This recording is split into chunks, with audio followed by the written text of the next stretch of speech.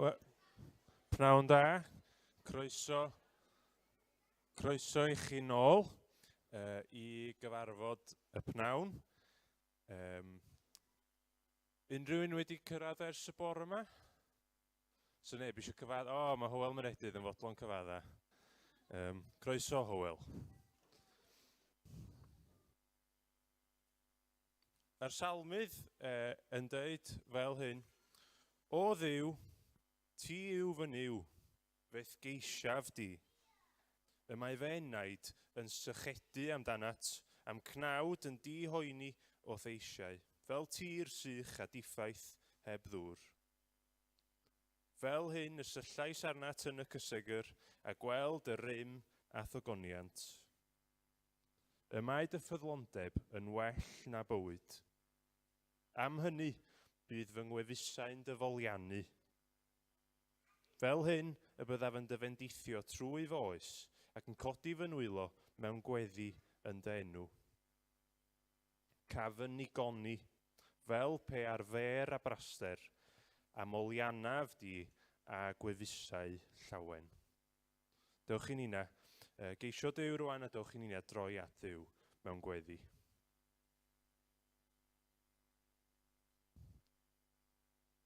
O Dduw ein tad, da ni'n diolch i ti, mae ti yw ein Duw ni, a dyfo ti yn Dduw digoni.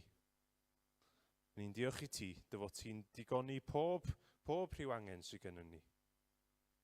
Dyfo ti yw chlaw holl wrthrychau'r byd. Da ni'n diolch i ti unwaith eto am gael y cyfarfod yma pnawn ma rwan. Yn gofyn y byddi di yn ei fendithio fo. Da ni'n diolch i ti am yr addewid pan mae 2 neu 3 yn cwrdd. Yn dy enw di dyfo ti yn bresennol yn ein plith ni.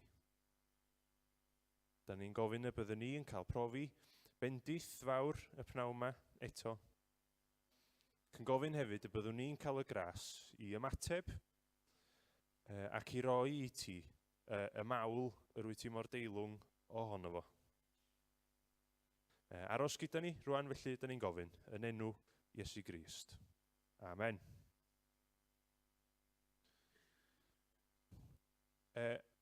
Mi ganwn ni emyn. Ar ôl yr emyn mi ddaw Steff i rannu rhywfaint am bethau. Mi ganwn ni mawr oedd Crist yn rhagwyddoldeb, mawr yn gwisgo natur dyn.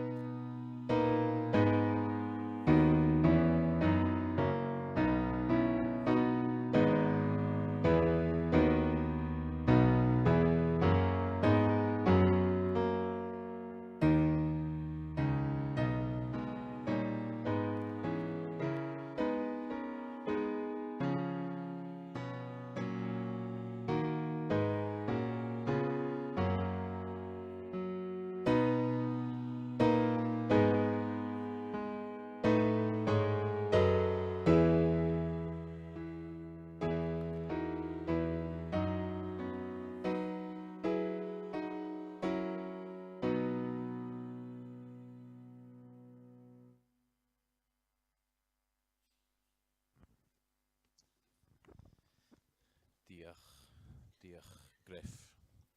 O'n i wedi deud wrth Griff, mae rhaid iddo fo sôn pwy ydi o, achos oedd o'n naid y gyflwyno di rwan, ac allai gyd i ddechrau bach mwy. So mae Griff yn byw yn Henryn Deidreth, ac yn athro neu darlithio wyt ti yn Ngholeg Meirion Dwyfor yn y Gymraeg, ac yn briod efo Eleri.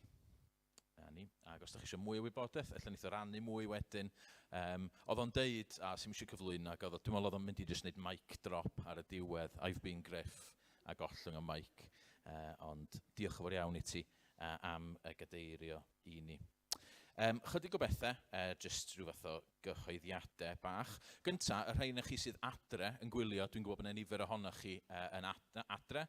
Dwi'n gobeithio bod chi yn mwynhau y gynhadledd adre. Os ydych chi eisiau dod yfory, mae croeso i chi droi fyny. Dydy Aberystwyth ddim yn rhy bell o unrhyw le yng Nghymru, felly mae croeso i chi droi fyny fory neu di Gwener, bydd yna groeso arbennig i chi. Mae'r tywydd, mae wedi bod yn ffantastig yma heddiw, yn dydy. Haul yn tywynnu trwy'r dydd. Da ni gyd wedi bod yn mwynhau hufen iâ, ac dwi'n siŵr fydd i'r fath fory. A'ch atgoffa chi heno, mae gennym ni gyfarfod am 7 o'r gloch, felly cyfarfod lle fydd Bethan Peri yn harwain ni, a mae yna banel o bobl lle dyn ni'n mynd i fod meddwl chydig bach am Efengylu, felly croeso i chi i hwnna am 7 o'r gloch. Mae hwnna, mi fydd o drws nesaf. Nos fory, mi welwch chi yn yr rhaglen, mae gennym ni gyfle i kind of cymdeithasu, cael bwyd efo'n gilydd fory cyn cael noson gymdeithasol. Y cynllun ydy, nid nhw methu wneud bwyd i ni yn fama, achos mae'n gymaint o bobl gwahanol, o grwpiau gwahanol yma. Felly mae'n 2 gynllun yn dibynnu ar y tywydd. Un ydy bod ni'n mynd lawr i'r prom, a bod ni'n cael take-away ac yn y blaen ar y prom, neu fedrwn ni gael o fyny fama. So nhw'n ni ddeud hynna pnawn y fory, ond jyst i'ch hasbysu chi ynglyn â hwnna, a wedyn fydd yna noson gymdeithasol wedyn y nos fory. Calendar, os ydych chi eisiau archebu calendar, ydych chi'n medru gwneud hynny. Dwi'n gwybod bod nifer o bobl yn gwneud bob blwyddyn. Flwyddyn diwetha nath o werthu allan. So calwch eich orders i mewn yn fuan, fedrwch chi ordro hynny yn fanna. Wedyn y rhodd, diolchgarwch, da ni'n mynd i fod yn cymryd rhodd bore fory i waith y mudiad. Os ydych chi eisiau rhoi y rhodd yna mae yna amlenni a taflenni yn fanna i chi. Neu os ydych chi ddim yn mynd i fod yma fory, ydych chi'n mynd i roi o yn yr fwced wen yn fanna hefyd. Wedyn, jyst tynnu'ch sylw chi at rai llyfrau sydd ganddo ni. Cofiwch mae 35% i ffwrdd oddi ar bob llyfr sydd ganddo ni ar y stondin. Yr un cyntaf, Darllen Effesied. So nifer ohonoch chi, dwi'n siŵr wedi cael gwneud marc gan Emyr, lle oedd o'n mynd trwy Efengyl Marc. Wel, mae Darllen Effesied yn mynd trwy Effesied. Mae o'n wych, mae o'n llawn o hynny ydi, mae bob dydd efo darlleniad, mae'n gwestiynau, mae'n ddarn esboniad, mae'n weddi ac yn y blaen. Da ni yng Nghapel y Ffynnon wedi bod yn mynd trwyddo fo efo'r bobl ifanc a wedi cael real bendith. So, sbiwch ar hwnna. Wedyn mae yna ambell i lyfr Saesneg wedi dod allan gan y wasg hefyd. So mae yna lyfr yma am William Morgan, dim gan William Morgan, so hwnna'n rhyfeddol o beth. Ond llyfr William Morgan gan Nathan Mundy, a wedyn Thomas Cook. Falle bod rhain chi ddim cweit yn siŵr pwy di Thomas Cook. Wel, prynwch y llyfr, darllenwch o, newch chi ffeindio allan ynglyn â hynny. Felly mae'r llyfrau yna. Ac wedyn, efallai, rhai hen lyfrau, ond nes i ffeindio bocs. O'n i'n meddwl bod nhw wedi gwerthu allan, ond nes i ffeindio bocs wrth fynd trwy'r swyddfa. Ac hynny, mae nifer ohono ni, dwi'n meddwl, pan o'n i'n ifanc ac yn y gynhadledd yn cofio rhai o'r anerchiadau yma yn arbennig gan Gwyn y Nefoedd. ennill Cymru i Grist sydd just mor berthnasol dyddiau yma, a wedyn croes fy arglwydd hefyd. Felly mae'r llyfrau yna, da ni wedi ffeindio rhai llyfrau yn yr selar yn y swyddfa, felly cymwch eich cyfle i hwnna. A wedyn jyst un peth yn olaf, yr Eisteddfod, y flwyddyn yma nathon ni roed neu cynhyrchu Efengylau Ioan i roed allan yn yr Eisteddfod. Ac beth ydyn nhw, di jyst Efengyl Ioan yn syml gyda rhai cwestiynau a rhai nodiadau. A mae gennym ni rai dros ben. Felly os ydych chi isio hein, maen nhw yn fanna ar y ddesg groesawu. Cymrwch un, cymwch fwy nag un os ydych chi isio, rhowch nhw i bobl. Nathon ni yn Eisteddfod, dwi'n meddwl nathon ni rannu dros 300 ohonyn nhw i bobl oedd eisiau darllen am Iesu. Neu oedden ni ddim jyst yn rhoi nhw allan, ond nathon ni ffeindio bod lot o bobl efo diddordeb. Lot o bobl ddim yn credu bod Iesu yn berson real. Ac wedyn oedd rhywun yn medru dweud, wel mae o'n berson real, darllenwch amdano fo. Ac oedd yna lot o bobl yn fodlon gwneud hynny. Felly cymrwch heina o fanna mwyn i rhannu hefyd. Gret, diolch.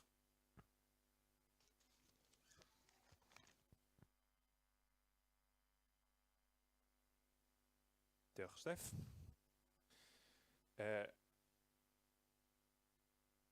Mi ganwn ni ein hemyn nesaf mor fawr yw cariad Duw y Tad, ni ellir byth ei fesur.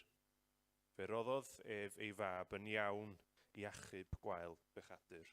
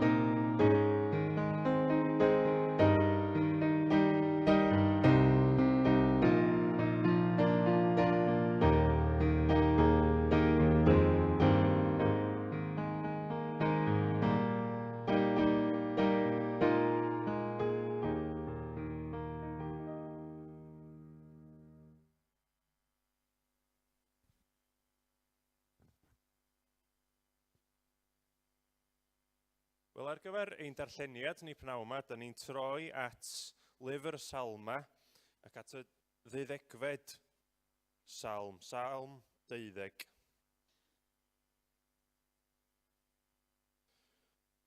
Arbed o arglwydd, oherwydd nid oes un teyrngar ar ôl, a darfu am y ffyddloniaid o blith pobl. Mae pob un yn dweud celwydd wrth ei gymydog, y maent yn gweniaethio wrth siarad a'i gilydd. Bydded i'r arglwydd dorri ymaith bob gwefus wenieithus, a'r tafod sy'n siarad yn ymffrostgar, y rhai sy'n dweud, yn ein tafod y mae ein nerth, y mae ein gwefusau o'n tu, pwy sy'n feistr arnom. Oherwydd anrhaith yr anghennus a chri'r tlawd, codaf yn awr, meddai'r arglwydd. Rhoddaf iddo o'r diogelwch yr hiraetha amdano. Y mae geiriau'r arglwydd yn eiriau pur. Arian wedi'i goethi mewn ffwrnais, aur wedi'i buro seithwaith. Tithau arglwydd, cadw ni. Gwared ni am byth oddi wrth y genedlaeth hon, am fod y drygionus yn prowla ar bob llaw, a llygredd yn uchaf ymysg pobl. Da ni'n diolch i Dduw am ei air. Dewch i ni weddio.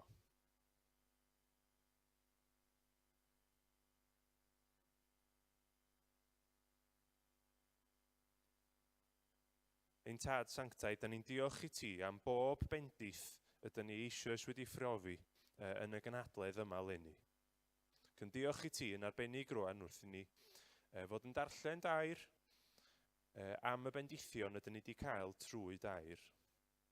Da ni'n diolch i ti am yn atgoffa ni o'r gwirioneddau sylfaenol yma da ni wedi clywed. Am y ffaith bod gennym ni Feibl, bod gennym ni air Duw, ydyn ni'n gallu ddarllen. Ni'n diolch i ti. Nad wyt ti wedi yn gadael ni i orfod dyfalu sut yw'n wyt ti, ond fod ti wedi dangos dy hun i ni, yn dair ac yn Iesu Grist. Ni'n diolch i ti am yr ysgrythur, am bod ni yn gallu dod i adnabod Iesu Grist. Mae'r emyn yn deud am y Beibl, dengys hwn y ffordd i fyw. Da ni'n gofyn wrth i ni fod yn myfyrio ymhellach wrth uwch dair di y pnawn yma o dad, y byddi di yn gwneud hynny'n union. Y byddi di'n dangos rhywbeth i ni o'r bywyd yma wyt ti wedi'n galw ni iddo fo, lle ydyn ni'n ymddiried yn llwyr yno ti ac yn pwyso arno ti efo pob peth. Da ni'n cyflwyno John eto wrth iddo fo bregethu. Ac yn gofyn y byddi di yn siarad trwyddo, y byddi di yn cymhwyso y gair yma i galona pob un ohono ni. Fel mae i ti yma i'r clod. Bendithia, weddill yn amser ni efo'n gilydd rwan, derbyn ni, derbyn ein mawl ni, maddau ni, a mae'n harafwch i gydnabod pwy wyt ti ar hyn wyt ti wedi gwneud drosta ni, ond derbyn ni wan, gan ein bod ni'n gofyn yn enw Iesu Grist. Amen. Mi ganwn emyn arall cyn y bydd John yn dod i fyny. Mae dair yn abl i'm harwain, drwy'r anialwch mawr ymlaen. Mae yn golofn olau eglur, weithia o niwl ac weithia o dan.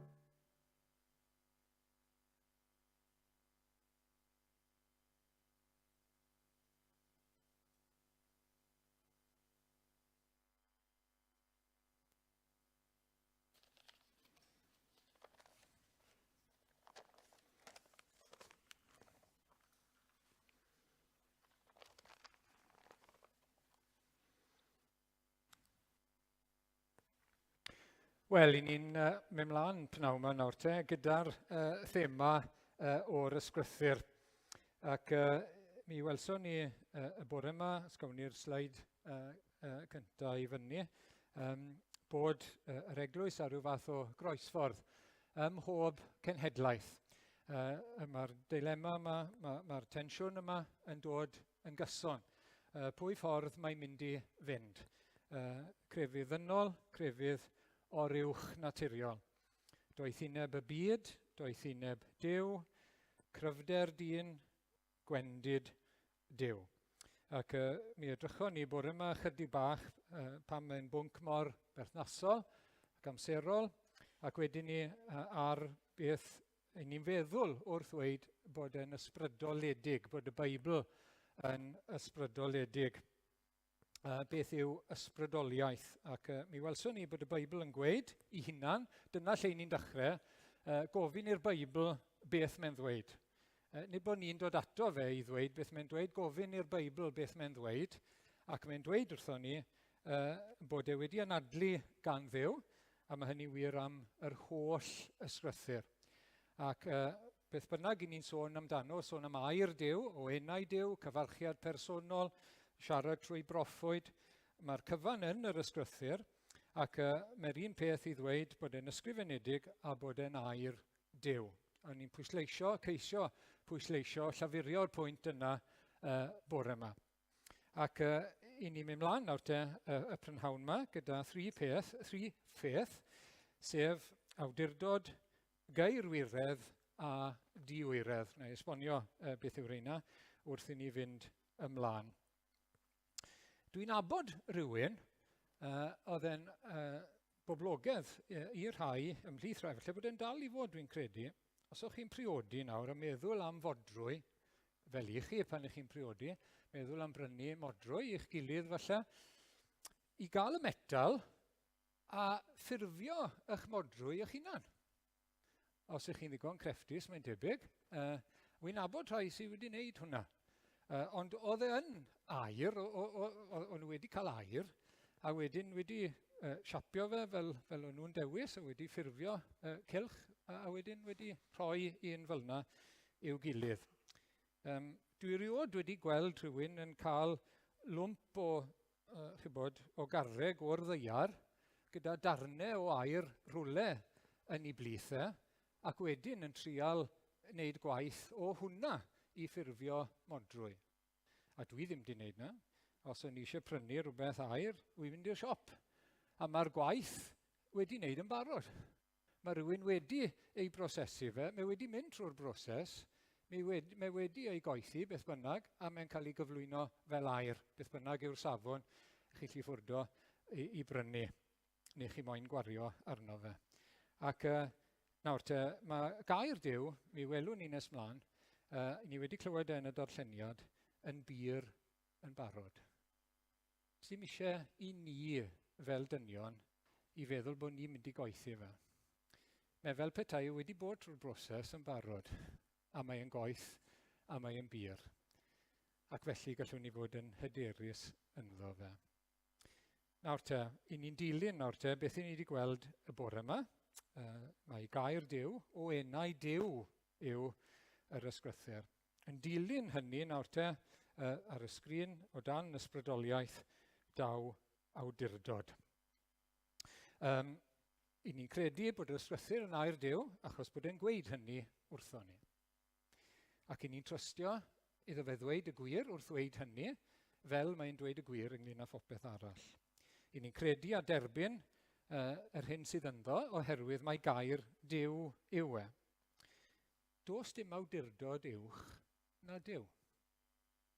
Does dim awdurdod wedyn ni, uwch ben Duw ein creawdwr, yn cynhaliwr, Duw mawr, yn nefoedd a'r ddaear.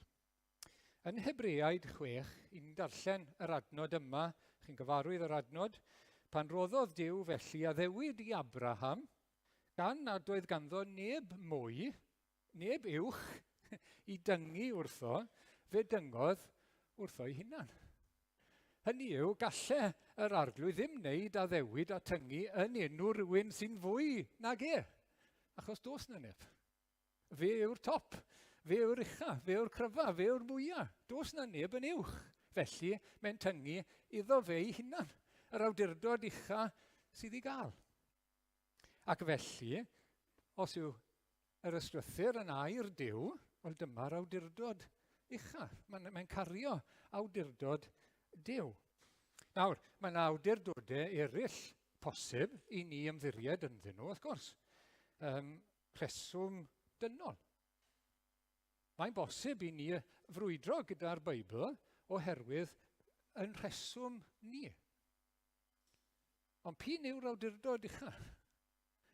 Duw, neu yn rheswm ni? Rhesymeg, profiad ein synhwyrau ni, beth ni'n gallu gweld, beth ni'n gallu teimlo. Beth yw'r awdurdod ucha? Ai Duw, gair Duw, neu rhywbeth arall? Neu yr eglwys? Ai yr eglwys yw'r awdurdod ucha?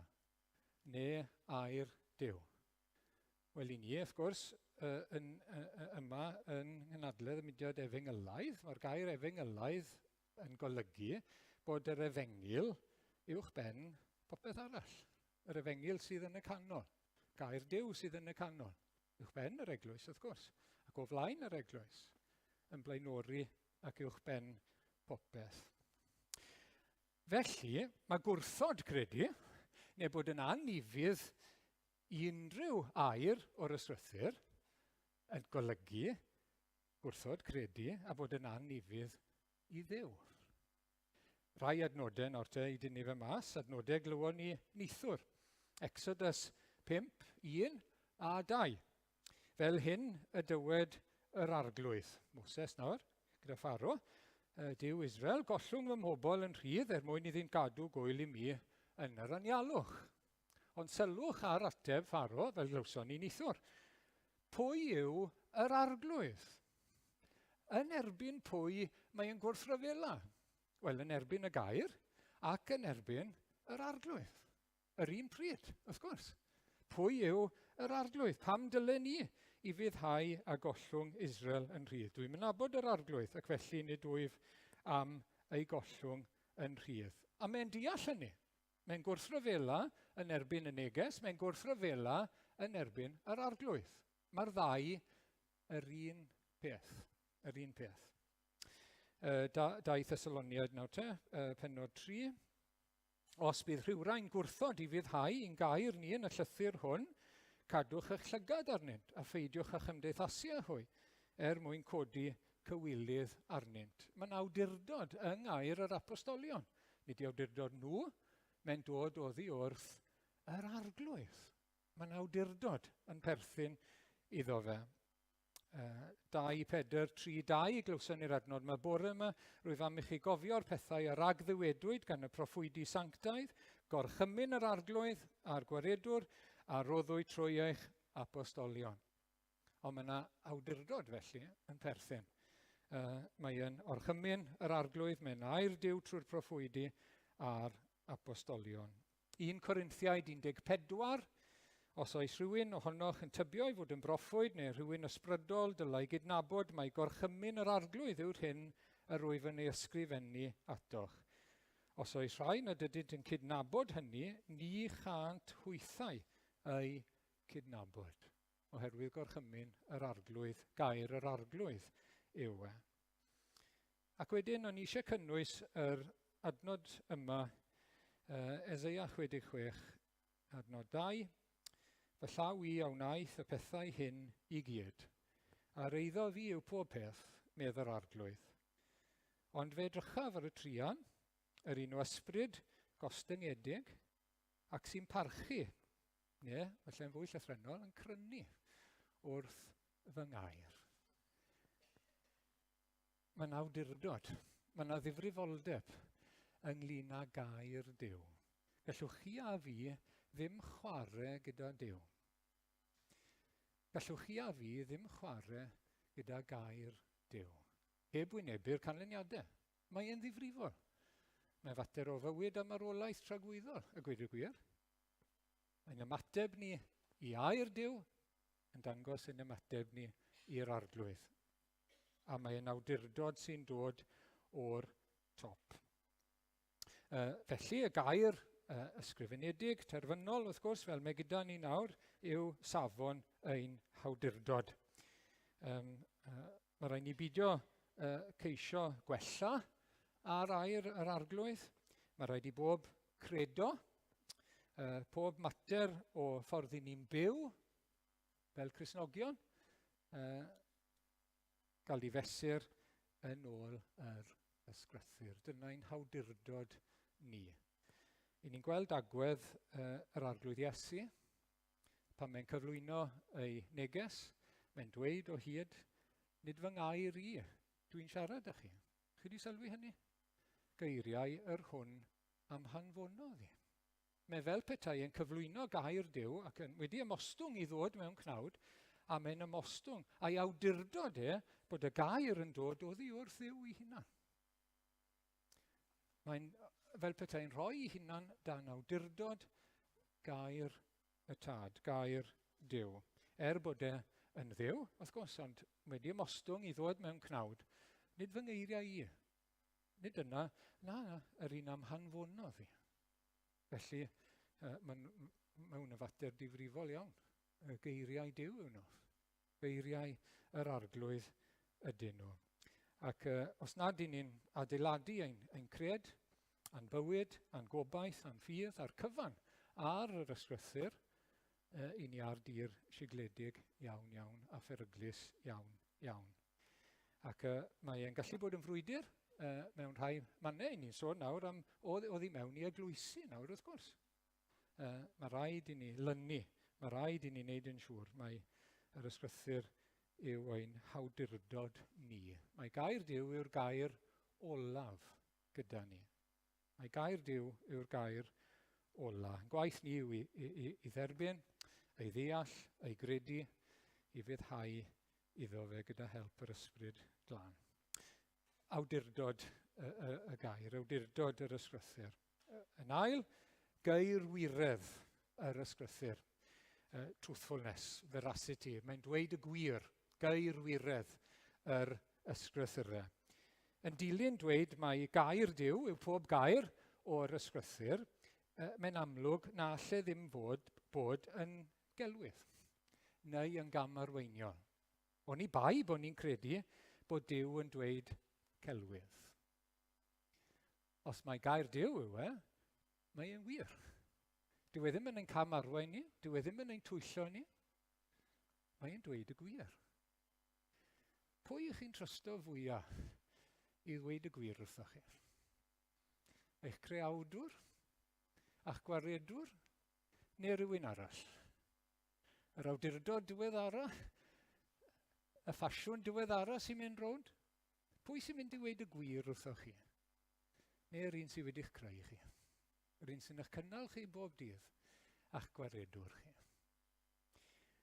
Gall e ddim bod yn gelwyddog. Gall e ddim bod yn ein twyllo ni.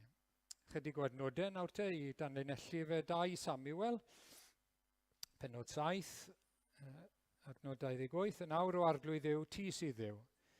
Y mae dy eiriau di yn wir, ac fe addewais dy daioni hwn i thwas. Y cyfamod wrth gwrs y bydde un o'i ddisgynyddion yn frenin bythol. Cyfamod yw. A mae Dafydd yn ei gredu fe. Mae dy eiriau di yn wir. Gyda fe ddim reswm i ame o gwbl.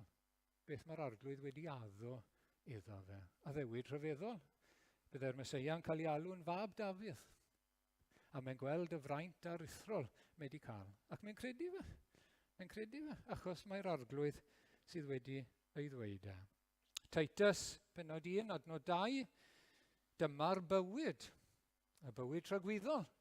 Dyma'r bywyd a ddawodd y digelwyddog Dduw cyn dechrau yr oesoedd. A'r bywyd tragwyddol wedi cael ei gyflwyno i ni, a'i gynnig i ni, yn yr ysgrythurau, wrth gwrs. Ac o ble mae'n dod? Gan y digelwyddog Dduw. Y digelwyddog Dduw. Hebreaid 6, unwaith eto, Hebreaid 6, ond adnod 18 tro yma. Fe roddodd Duw, hynny yw, fe roddodd warant, garanti yw gwarant, fe roddodd garanti trwy lw a ddewid difrifol, ydy llw, fel pan chi'n priodi, chi'n neud llwon, mwyn i ddau beth di-gyfnewid, y garanti a'r llw, dau beth yr oedd yn amhosibl i Dduw fod yn gelwyddog ynddynt. Mae di roi addewidion i ni, yn ei enw ei hunan, chi'n cofio, mae di tyngu iddo fe ei hunan, mae di roi garanti a llw, a ddewid difrifol iawn. A mae'n amhosib iddo fe fod yn gelwyddog ynddyn nhw. I ni'n gallu gwneud llwon, a mae dyn yn torri nhw. Chi'n gallu cael guarantees, a falle bod nhw ddim werth y papur maen nhw wedi sgrifennu arnyn nhw. Erbyn i chi fynd nôl ar peth a gweld beth yw'r manylion neu'r print man falle. Ond mae guarantee a llw yng ngair Duw, a'i addewidion ni am y bywyd tragwyddol. Mae'n amhosibl, dwi'n licio'r gair yma, mae'n amhosibl iddo fe fod yn gelwyddog ynddyn nhw. Ac oherwydd hynny, mae wedi peri i ni sydd wedi ffoi am noddfa at yr arglwydd i dderbyn symbyliad cryf i ymaflyd yn y gobaith a osodwyd o'n blaen. Niwmeri 23:19. Nid yw Duw fel dyn neu meidrolyn yn dweud celwydd, neu fod meidrol yn edifarhau, ond yw na yr hyn a ddawodd a chyflawni yr hyn a ddywedodd. Mae rhaid ni beidio gosod gair Duw ar lefel dynol. Mae yna gymaint o fwlch. Mae yna gymaint o gagendor rhwng Duw a dyn. Gymaint uwch yw fy meddyliau i neu'ch meddyliau chi. Fy ffyrdd i a'ch ffyrdd chi, medd yr arglwydd. Mae yna gymaint o fwlch rhyngthom ni. Nid yw Duw fel dyn. Y salm glywon ni nawr, a darllenon ni nawr, salm 12, ac adnod 6, y mae geiriau'r arglwydd yn eiriau pur.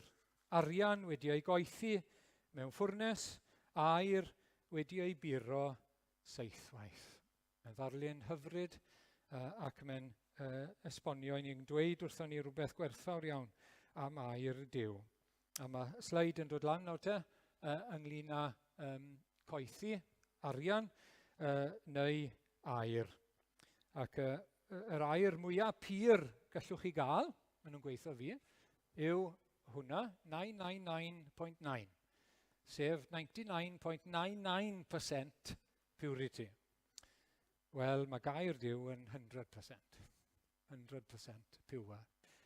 A dyw e ddim yn fater, fel o'n i'n dweud nawr te, fyddai'n gweud eto, bod e wedi rhoi rhywbeth i ni fel garreg gynta yna sydd wedi dod o'r ddaear, na fe, gweithwch chi fe, coethwch chi fe, gweithwch chi arno fe nes bod e'n dod yn bir. Na, mae wedi ei buro yn barod. Mae wedi ei buro yn barod i ni. Di arhebion 30, mae pob un o eiriau Duw wedi ei brofi. Tried and tested. Tried and tested. Wedi ei brofi. Y mae ef yn darian i'r rhai sy'n ymddiried ynddo. Sneb wedi ymddiried yn yr arglwydd ac yn ei air a ffindo bod e ddim yn dod yn wir a bod e ddim yn dal at ei air a'i addewid. Mae yn darian i'r rhai sy'n ymddiried ynddo fe. Tried and tested. Ac mae hynny yn drydydd i ddod yn ôl at yr map yn arwain at bod e'n ddi-wall neu'n ddi-wyro. A y gair Saesneg yw inerrant, os chi wedi clywed y gair o'r blaen, inerrancy. Mae rhai yn gweud anffeiledig, mae'n agos, neu inerrant. Bod yr ysgrythyr yn ddi-wall. Eto, i ni'n gweithio nawr o beth mae'r Beibl yn dweud am ei hunan. Mae gair Duw yw e, bod dim gwaniaeth rhwng gair Duw a beth sy'n ysgrifenedig. Mae'n cario awdurdod Duw, mae'n eirwyr. Gall e ddim fod yn dwyll ac yn camarwain, felly does dim gwall ynddo fe. Mae'n gasgliad teg. Ac mae'n gasgliad o'r adnodau, i ni di edrych arnyn nhw nawr, Salm 12, geiriau pur. Dyn nhw ddim yn y broses o gael I puro a'r dyn modern yn gorffen y gwaith. Mae eisiau pwysleisio hwnna.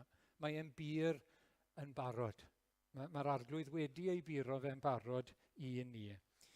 Ac byddai'n dweud ar y diwedd, neu ddweud e nawr, a mi ddwedai fe to, mae'n arian ac yn air, coeth a ffyr, mae wedi bod trwy'r broses. Felly ein braint ni gyda yr ysrythyr, gyda gair Duw, yw fel petai ei brynu fe fel mae e trwy ffydd. Ei gymryd e fel mae e trwy ffydd, ei drysori fe, fel byddech chi'n neud gyda gemwaith gwerthfawr, ei drysori fe, ei wisgo fe, fel bod e'n ein harddu ni, yn bywyd ni, ac yn lliwio ac yn siapio yn bywyd ni, a gweld bod ni'n cael ein cyfoethogi ynddo fe. Dyma'n cyfoeth ni. Dyna sy'n dangos bod ni'n gyfoethog. Mae gair Duw gyda ni. Mae gair yr arglwydd gyda ni. Na I ddod nôl at hwnna ar y diwedd. Mae'n gwerth ddweud eto. Mae'n air a mae'r geiriau yn bir ac yn ddibynadwy. Dyw gair Duw hyd yn oed trwy ddynion sydd yn bechaduriaid. Wrth gwrs, mae'r awduron yn bechaduriaid. Hynny, mae e'n ddiwyr. Mae'n wirionedd I gyd. Oherwydd arolygaeth yr ysbryd glân. Mi welson ni hynny bore yma. Mae'r ysbryd glân yn arolygu ac yn diogelu y cyfryngau dynol. Dyw e byth yn ffals nac yn cadarnhau anwiredd. Oedd na adnod fyna nawr, nid yw Duw fel dyn yn dweud celwydd. Chi'n cofio pwy wedodd ni? Balaam. Balaam wedodd hynny. Yn groes yw ewyllus, fydden ni'n meddwl. Fe wedodd hynny. Oedd e'n cael ei arwain. A mi ddwedodd allai ddim ond dweud beth mae'r arglwydd yn rhoi I fi i'w ddweud. A fe o bawb oedd wedi cael ei gyflogi I felltithio Israel, chi'n cofio? Fe sy'n gweud y geiriau yna, a'r geiriau rhyfeddol eraill mewn llyfaru cynddaredd Balac. Felly, I ni'n sôn am ddiwyredd, bod y Beibl yn ddiwall yn golygu nad yw'r ysgrythyr yn y llaw ysgrif gwreiddiol, sydd ddim gyda ni, ddim yn cadarnhau unrhyw beth sydd yn groes I ffaith. Nawr, mae yna gwestiynau'n codi yn syth. Pan I chi'n gweud bod y gair yn ddiwyro ac yn ddiwall, dyma y pwynt falle ohonyn nhw I gyd sydd yn codi mwyaf o wrthwynebiad. Hang on, hanner munud nawr. Chi'n mynd rhy bell. Chi wedi gweud yn y llaw ysgrif gwreiddiol. A dyw'r llaw ysgrif gwreiddiol ddim gyda ni. Dyw e ddim, wrth gwrs. Dyw'r llaw ysgrif gwreiddiol ddim gyda ni. Copïau sydd gyda ni o'r gwreiddiol. Ond gyda dros 99% o eiriau y Beibl, I ni'n gwybod beth wedodd y llaw ysgrif gwreiddiol. Achos mae'r copïau I gyd yn gweud yr un peth. Mae'n glir a mae'n amlwg. Weithiau, gyda o ran yr 1%, mae yna amrywiaeth yn y llaw ysgrifau. Yn aml iawn, mae'n hawdd I wneud y penderfyniad cywir am y cyfieithiad gorau. Bod amrywiaeth, dyw'r ystyr sylfaenol. Yn aml iawn, fel arfer, ddim yn newid o gwbl. Mae ystyr gyffredinol y frawddeg yn help pan mae ansicrwydd beth oedd y gwreiddiol yn dweud. Felly, I ni chi'n sôn am 1% lle mae yna amrywiaethau, gan aml iawn mae e'n eitha amlwg a chlir beth yw'r ystyr a fwriadwyd. Hang on. Dyw'r gwreiddiol, na'r peth cyntaf. Ond mae yna ffenomenau Beiblaidd I ni'n cael trafferthion gyda nhw. Falle bod chi wedi clywed y term yna, ffenomenau, neu ffenomena, dylen ni ddweud, falle Beiblaidd. Diffyg manylder technegol modern. Dyw hwnna ddim yna, enghraifft gyda'r creu. Dyw e ddim yn ddisgrifiad dadansoddiad byddech chi'n cael mewn dosbarth ffiseg, neu bioleg, neu beth bynnag. Ond ddim rhaid i ni gael hynny, a dyw hynny ddim yn profi, a dyw e ddim yn wir wrth gwrs. Mae'r disgrifiad yna, a mae'n cael ei roi i ni gan Dduw fel yna. Dyw hynny ddim yn golygu bod e ddim yn wir, neu bod e'n wallus. Ac mae terminoleg yr ysgrythur yn sôn am yr haul yn codi ac yn machlud, fel i chi a fi yn wneud trwy'r amser. A bod ni'n gwybod yn fanwl gywir, mae ni sy'n mynd o gwmpas yr haul. Ond dyn ni ddim wedi newid ein terminoleg oherwydd hynny, ydyn ni? Chi ddim yn gweud wrth rhywun sy'n gweld mi lawr y prom heno i weld yr haul yn mynd lawr. O na gwyd. O na gwyd. Ti'n mynd lawr i'r prom i weld y byd yn symud tymed bach fel bod yr haul yn mynd o'r golwg. Chi'n gweud na. Chi'n gweud fi'n mynd lawr y prom i weld yr haul yn mynd lawr, neu fi'n codi'n gynnar i weld yr haul yn codi. Achos dyna'n profiad ni ohono fe. Ac ni'n gwybod beth mae'n feddwl, falle bod e ddim yn dechnolegol fanwl gywir, mae dal yn wir. Os yw'r salm yn dweud o godiad haul hyd ei fachlyd, ni'n gwybod yn union beth mae'n feddwl o un pen i'r byd i'r pen arall. Neu o un pen y dydd i'r pen arall. Bydde enw'r arglwydd yn foliannus. Mae'n gwbl amlwg a mae'n wir. A weithiau chi'n cael symiau cryno yn yr ysgrythur. Ac i ni yn gallu wneud hynny, mae'r newyddion yn wneud hynny yn aml iawn. Os o 793 o bobl wedi bod mewn rhyw ddigwyddiad, bydden nhw'n gweud bod e'n 8,000, neu bron iawn yn 8,000. Chi'n rowndo fel lan. Dyw hynny ddim yn golygu bod e'n gelwydd, neu bod e'n gamarweiniol o gwbl. Ac tase'r swm yn 2 gwaith cymaint ac yn bell iawn o honni, mae hwnna yn fater arall gallai fod yn gamarweiniol. I ni'n gallu gweud nawr bod ni tua milltir o'r môr. Sa'n siŵr yn union faint yw e, ond yn fras bydden ni'n meddwl bod ni rhyw filltir o'r môr, fi'n gallu gweld e, o fan hyn. Okay? Beth am y dyfyniadau yna yn y Beibl? Beth am y dyfyniadau, quotations, yn y Testament Newydd o'r Hen Testament? Does dim marciau dyfynodau, dyn nhw ddim yn fanwl fel i ni'n dyfynnu. Boes bach, os i ni'n dyfynnu, chi'n cael eich dysgu, o ni'n cael ein dysgu, os chi'n dyfynnu, quotation marks, mae rhaid fe fod gair am air, yn union. Wel, mae'n rheolau gramadegol ni yn wahanol i beth oedden nhw yn amser yr ysgrythur. Byddech chi a fi ddim yn sgrifennu heb goma a full stop a mae'r cwestiwn. Ond mae'r ysgrythur. Mae atal nodi yn rhywbeth i ni'n defnyddio heddi. Ond dyw e ddim, doedd e ddim yn amser yr ysgrythur. Ac o dyfynnu yn golygu cynrychioli yn gywir beth oedd wedi cael ei ddweud gan y person arall. Ac i ni'n credu beth mae'r Beibl yn dweud bod yr ysbryd glân yn arolygu yr awduron. Felly, oedd yr ysbryd glân yn arolygu y sawl sy'n dyfynnu i ddeall a dehongli'n iawn beth oedd mewn golwg a beth allwn ni dynnu'n gyfreithlon o'r gosodiad gwreiddiol. Na dim ond rhoi un enghraifft, achos dwi'n eisiau mynd just ar ôl hyn. So, Mathew 2:6, chi'n gyfarwydd ar adnod. Thithau Bethlem yng Ngwlad Jiwda, nid y lleiaf wyt ti o lawer ymysg tywysogion Jiwda, ac yn isono ti y daw allan arweinydd a fydd yn fugail ar fy mhobol Israel. Mae'n ddyfyniad o 2 le gwahanol wedi cael ei roi at ei gilydd. Gan Mathew, dan ddylanwad yr ysbryd glân.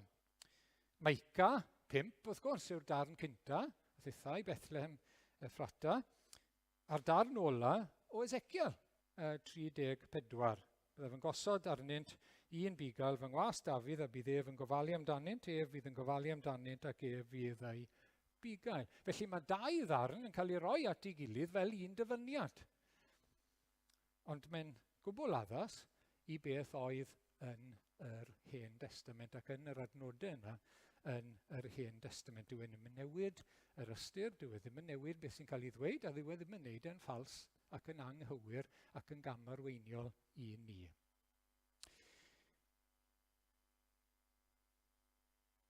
A beth am afreoleiddra gramadeg neu sillafu?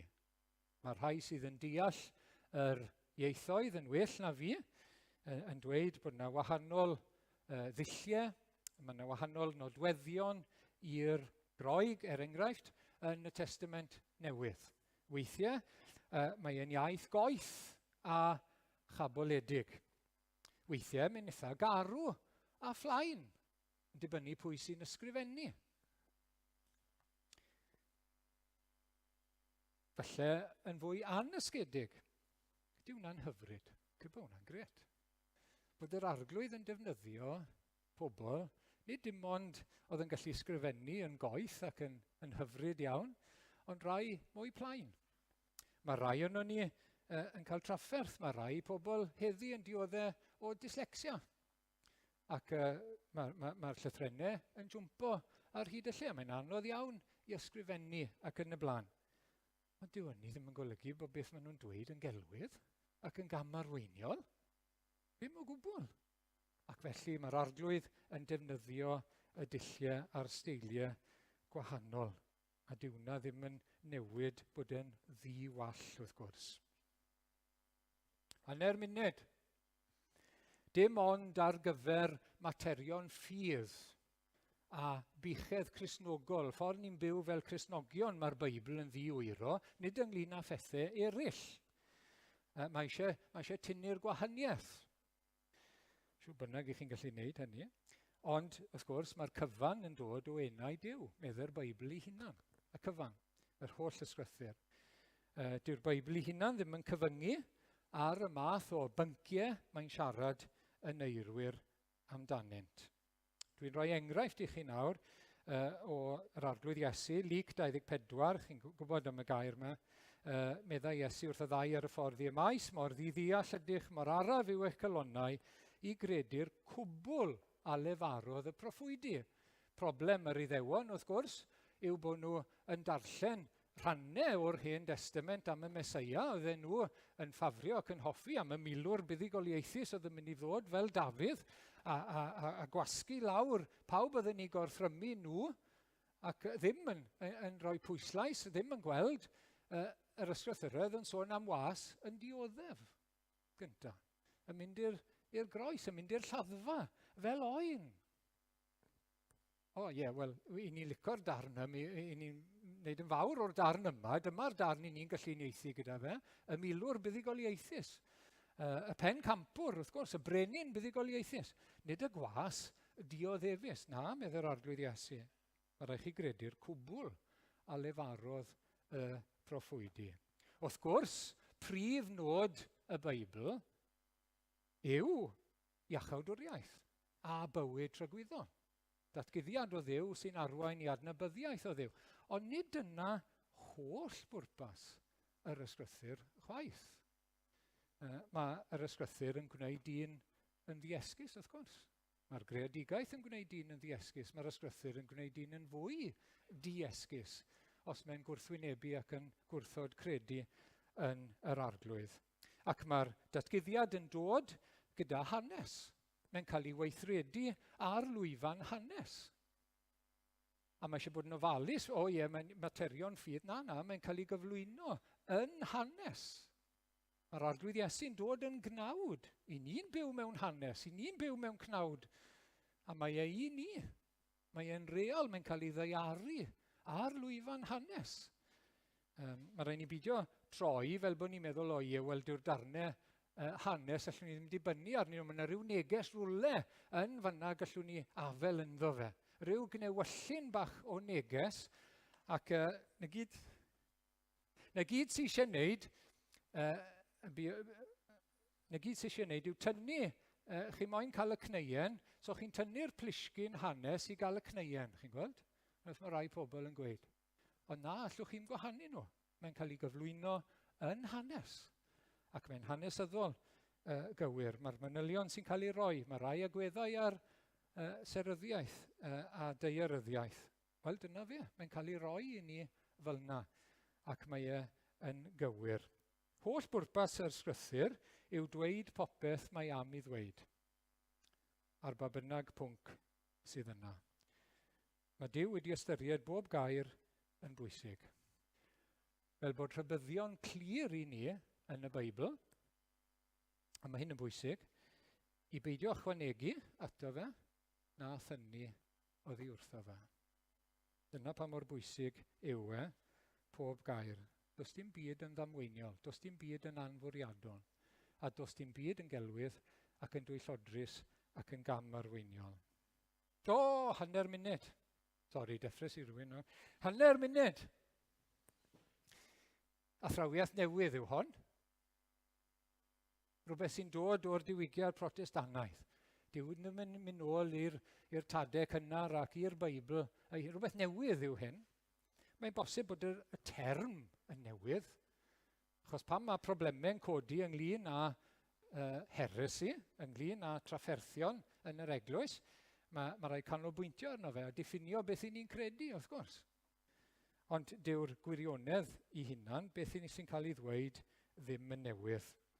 Felly mae rhai dyfyniadau nawr o'r tadau cynnar, yn gyntaf Athanasius, ond ti, os darllenni ysgrifau'r ysgrythurau, a rhoi dy feddwl o ddifriddyn cei wybo ganddynt yn fwy perffaith a chlir gywirdeb yr hyn a ddywedwyd. Oherwydd fe'i llefarwyd a'i ysgrifennu gan Dduw, trwy ddynion oedd yn ddiwinyddion. Chi'n sylwi beth mae'n dweud? Ei ddeall yn fwy clir gywirdeb yr hyn a ddywedwyd. Dyw e ddim yn ffals, mae'n gywir. Dyw e ddim yn dwyllodrus, mae'n gywir. Mae wedi cael ei ysgrifennu a'i llefaru gan Dduw. Gan Dduw. Irenaeus, ewn ni mlaen at Irenaeus, mae'r ysgrythurau yn berffaith, yn gymaint ei bod wedi ei llefaru gan air Duw a'i ysbryd, ein bod ni'n ddiffygiol iawn mewn gwybodaeth o'i dirgelion. Ble mae'r problem pa mae yna bethau sydd ddim mor glir? Gyda phwy mae'r broblem? Gyda ni mae'r broblem, nid gyda Duw. Ac yn drydydd Origen, oraclau'r arglwydd yw cofnodion yr Efengylau, oraclau pur fel arian wedi ei goethi seithwaith yn y tân, fel chi'n gweld yn cyfeirio fyna at Salm 12. Ac wrth gwrs bydd rhai pobl yn gweud, na'r tro ola nawr, hang on, beth am y gwallau te? Beth am y mistakes? Beth am y gwallau sydd yn y Beibl? Bos chi wedi clywed rhywun yn dweud hynny wrthoch chi. Weithiau mae pobl yn ei ddweud ar ei cyfer, hynny yw, os newch chi ofyn yn syth iddyn nhw yn blaen, wel ble maen nhw, dangoswch nhw i fi, come on, gadewch chi ni weld, falle fydda nhw ddim mor hyderus wedyn ni. Wedyn mae yna ddarnau ar yr olwg cyntaf sy'n edrych yn anodd ac yn gamarweiniol neu falle'n gwrthweud rhyw ddarn arall. Fel arfer, mae edrych ar esboniad da gyda rhywun sy'n deall y gwreiddiol yn dod â datrysiad, yn dod â help i ni i ddeall yn well. Os oes amser gyda ni, a dyle fod gyda ni, amser i edrych yn ofalus, cyn neidio i ddweud, wel, mae'r ddoi beth na'n hollol wahanol, a sdim reswm am y peth, mae yna wall yn y Beibl. Os yw Matthew yn cofnodi gwyrth, mae 2 berson.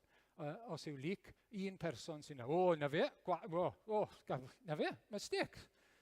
Gwallau, contradiction llwyr. Wel, cymrwch afel ar esboniad da, a mi gewch chi esboniad ar hynny. Oes dim rhaid i ni ddod i'r casgliad bod e'n ffals ac yn gamarweiniol oherwydd hynny o gwbl.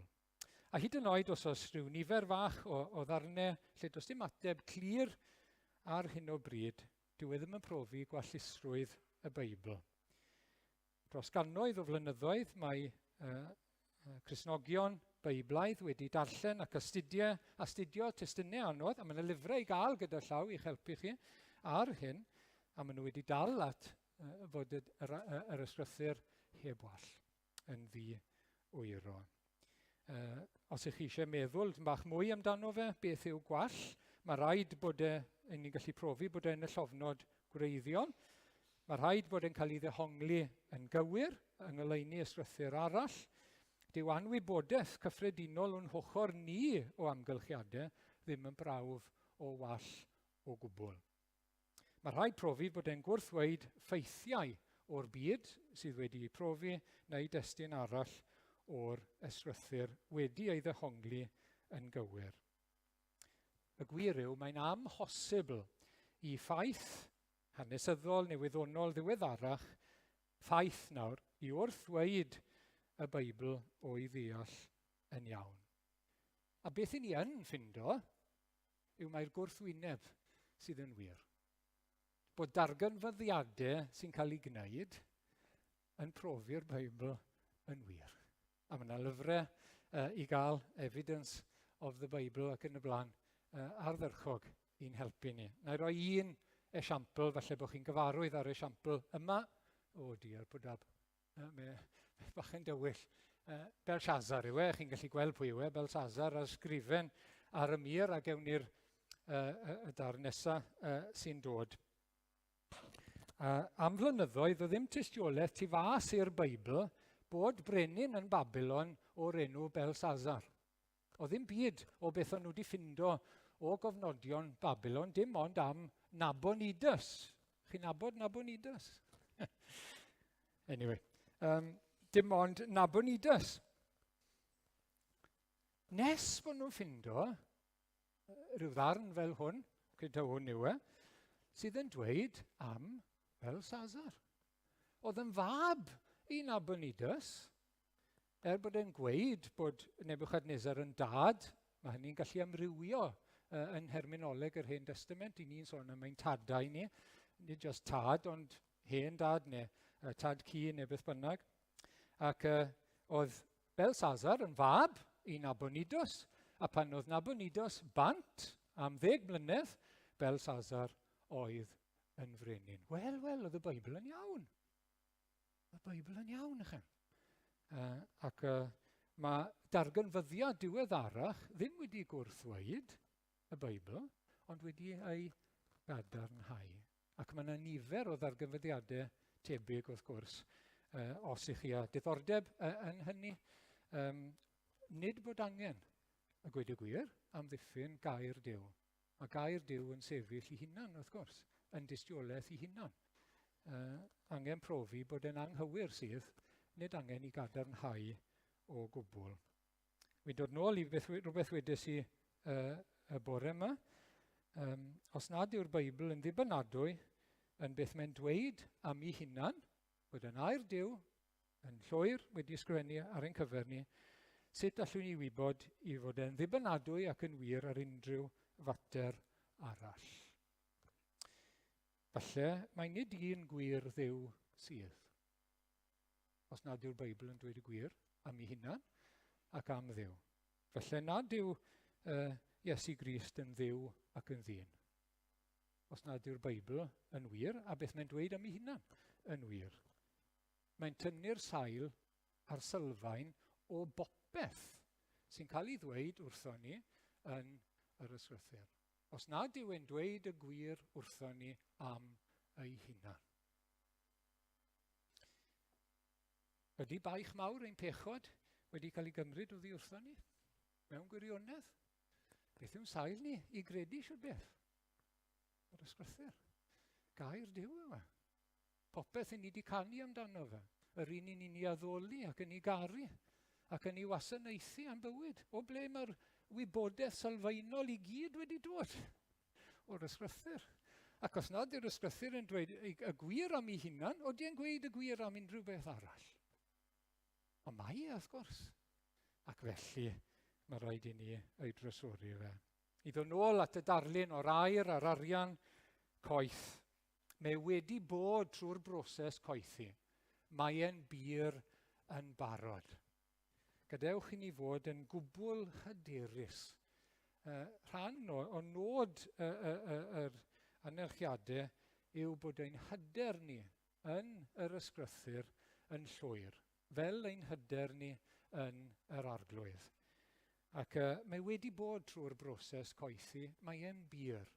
Mae e'n awdurdodol, mae e'n eirwyr, mae e'n ddiwall y gallwn ni ddibynnu yn llwyr arno fe. Ein braint ni nawr te, os yw e'n bir, fel gemwaith pur, air pur, yw i brynu fe fel petai trwy ffydd. I gymryd e, i gael e. A'i drysori fe. A'i drysori fe. A mae hwn wedi bod yn her i fi wrth baratoi. A dwi'n trysori'r ysgrythyr. A dwi'n ei drysori fe. Wrth i ddarllen e, a myfyrio arno fe. Gadael iddo fe'n fowldio fi. Mae dyma'n agenda i yw agenda gair Duw. A dim byd arall. Dyma'n adnabyddiaeth i o Dduw, beth sy'n cael ei ddweud fan hyn. A wy'n ei drysori e fe. Achos mae'n golygu trysori Duw, wrth gwrs. A'i wisgo fe. So os gyda chi rhywbeth air gwerthol, chi'n gwisgo fe. Achos mae'n brydferth. A mae'n gwneud ni yn brydferth, wrth gwrs. Wrth i ni ei wisgo fe. Hynny yw, i gymhwyso fe ein bywyd bob dydd. I wisgo fe.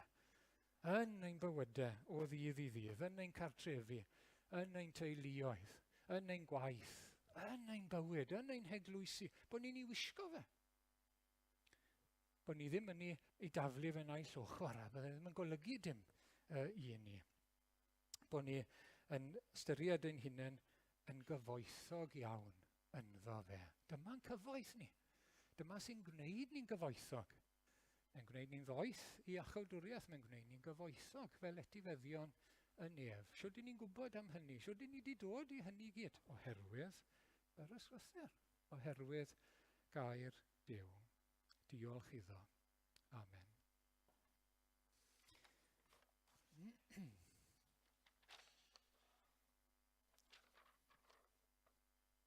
O ie. I ni'n dod at yr emyn olaf nawr, sanctaidd eiriau.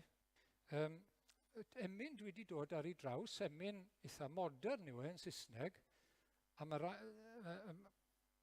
sa'n gwybod os chi'n gwybod o'n i ddim yn gyfarwydd ag os chi'n gwybod edrych ar Lydia, mae hi'n dda gyda pethau fel yna. Beth ancient words yw fe? Neu holy words, ancient holy words yn Saesneg. Beth bynnag, sanctaidd eiriau cadwyd cyhyd un i lwybro yn y byd. Atsain calon un yn dri, o boed i'r gair ddwy'n ffrwythau lu. Gair i fyw, gair gobaith yw, geiriau nerth a sicrwydd Duw. Ar ein taith yn hyn o fyd, dwg y gair ni gartre yn hyd. Hen eiriau, bythol wir, gair i newid calon ddir. Down a chalon feddal glir, o boed i'r gair ddwy'n ffrwyth yn wir. Sanctaidd eiriau, geiriau'r ffydd, basiwyd mlaen i'n hoes a'n dydd. Daeth trwy aberth drud ei bris, rhaid glynu wrth air ffyddlon Crist. Falle newch chi wario fe trwyddo i ni, i helpu ni. Diolch.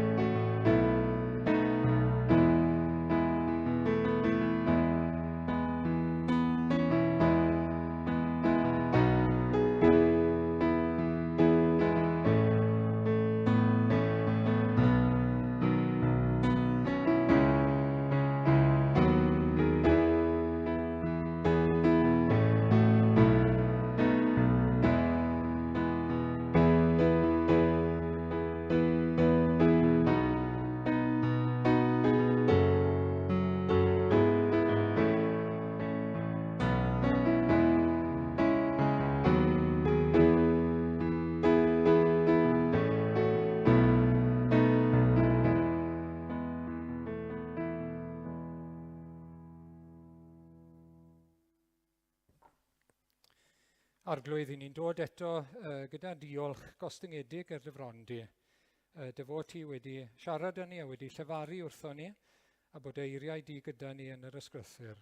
I ni'n gweddio mai dyma fydd ein hawdurdod ni o arglwydd.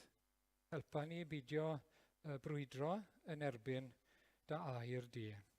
Helpa ni arglwydd i beidio codi dwrn, i beidio dangos gwrthryfel, ond i blygu i awdurdod Duw yn y gair.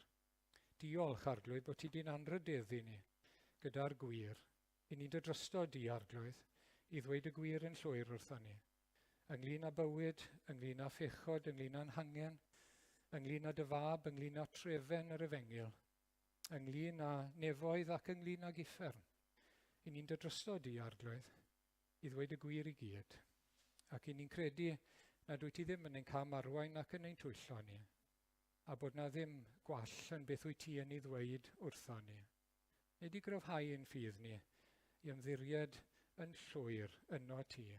Helpa ni ddod yn rhydd o unrhyw amheuon o arglwydd, unrhyw beth sy'n ein dylan ni nôl. Gwna ni'n rhydd arglwydd. Helpa ni ddod i fuddugoliaeth ffydd. Gras ein harglwydd Iesu Grist a chariad Duw a chymdeithas yr ysbryd glân. A'r hoso gyda ni hyd nes y daw.